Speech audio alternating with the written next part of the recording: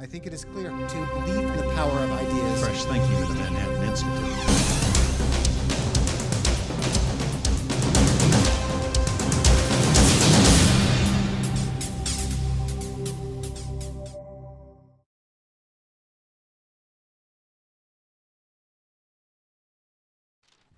Hi, everyone. I'd like to thank Howard for letting me chair this panel today, and thank our panelists and everyone here to talk about this important topic of mayoral control of urban public schools. I'm very pleased to chair this first and very distinguished panel. So, as Howard said, the focus of this panel is to discuss the experience of mayoral control in larger urban school systems outside of New York and across the country. And we certainly have the right people here to talk about that issue. New York is certainly not the first school system to establish a mayoral control. And we now look to our panelists who are among the nation's leading thinkers and practitioners working with mayoral control across the nation for their thoughts on the issue. So my job here is pretty easy. We're going to follow a very simple structure here. In order to save time, I'm going to go ahead and introduce the panelists.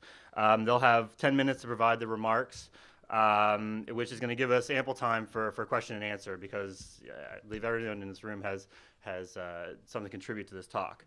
And my introductions are going to be very brief, but if you want more extended biographies of them, they're all available in your conference materials.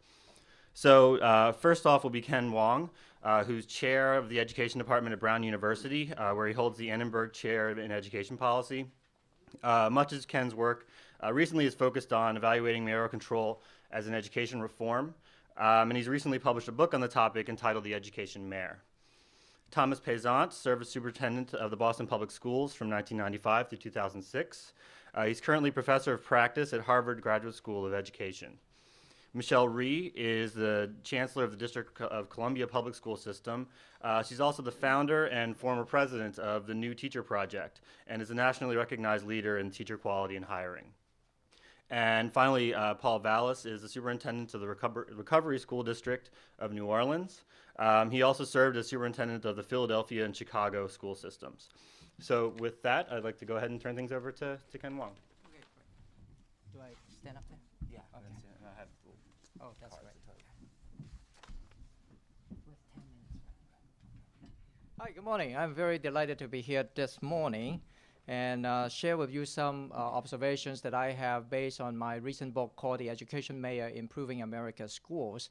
In addition to that, I've been doing research on this topic for the last 15 years or so when I was on the faculty at University of Chicago. When Paul Vallis started back in 1995. But prior to that, a couple of years prior to mayoral takeover in Chicago under Mayor Daley and Paul Vallis, I started looking at urban school systems.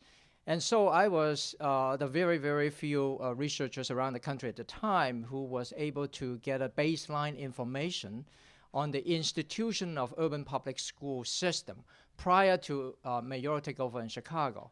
And what I found was that, by and large, consistent with what the chancellor was talking about, there has been a blame game going on around the urban school system.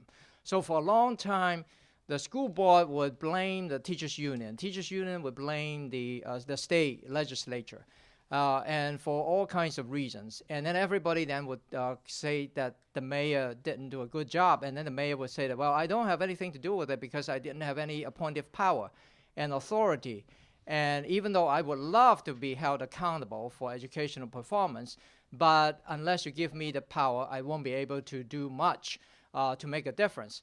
So I think Chicago and Boston were actually the very, very first sites where the mayor actually started calling attention to the fact that the buck ultimately has to stop somewhere. And that the mayor in those two systems decided to say that they are willing to take charge and they are willing to take risk.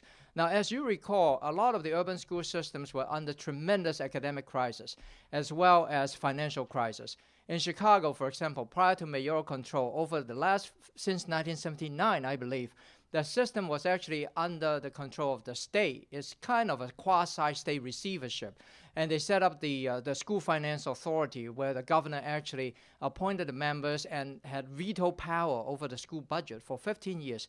And as a result of mayoral control in Chicago and other systems like Boston, we restore a lot of public confidence. We restore into a new system where the local public and the parents and the taxpayers begin to pay more attention to performance as well as to management. So what I would like to go through very, very quickly is that the first thing we need to think about is that mayoral control is not just